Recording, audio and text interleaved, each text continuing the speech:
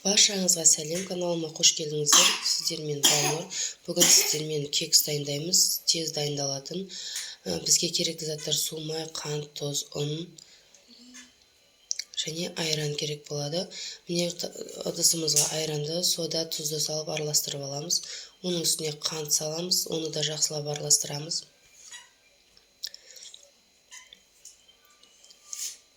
Енді үстіне аз-аздан ұнды салып, біркелкі маста болғанша араластырып аламыз.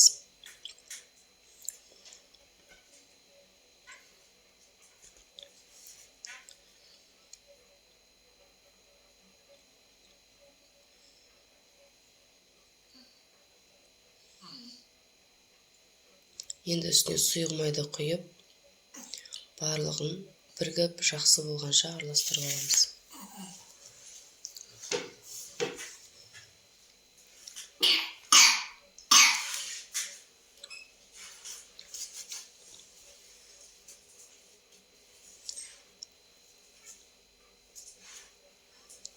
Міне бізде осындай қамыр шығу керек. Енді салмасына алдын ала ыстық суға салынып тұрған курага мен черный слив қолданамын.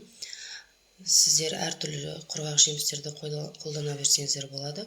Міне алдын ала осылай турап дайындап аламын.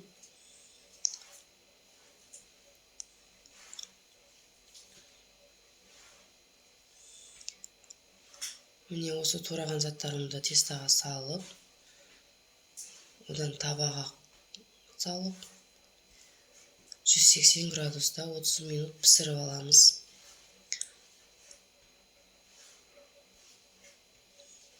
Міне менде осылай болып шықты. Видеоны соңына шейін тамашалап қарағандарыңызға рахмет. Видео ұнап жатса, каналыма тіркеліп, лайк басып кетіңіздер. Әлі талай қызықты видеолар салатын боламын. Баршаңызға рахмет.